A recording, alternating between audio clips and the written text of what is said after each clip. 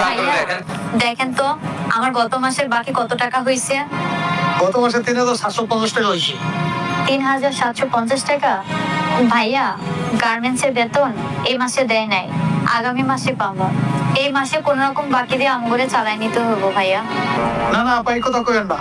আপনি বাকি টাকা দিয়ে তারপরে বাজার নিতে পারবেন। অলরেডি এখানে 3750 টাকা আপনার বাকি হয়ে গেছে, তারপর আপনি বাকি চাইতেছেন। ভাইয়া দেখেন ঘরে বাজার ঘাট কিচ্ছু নাই, খাওন তো লাগবে। ঘরের বাজার থেকে আমি নিছি, বাকি টাকা দিতে পারবেন না। বাকি চাইতেছেন।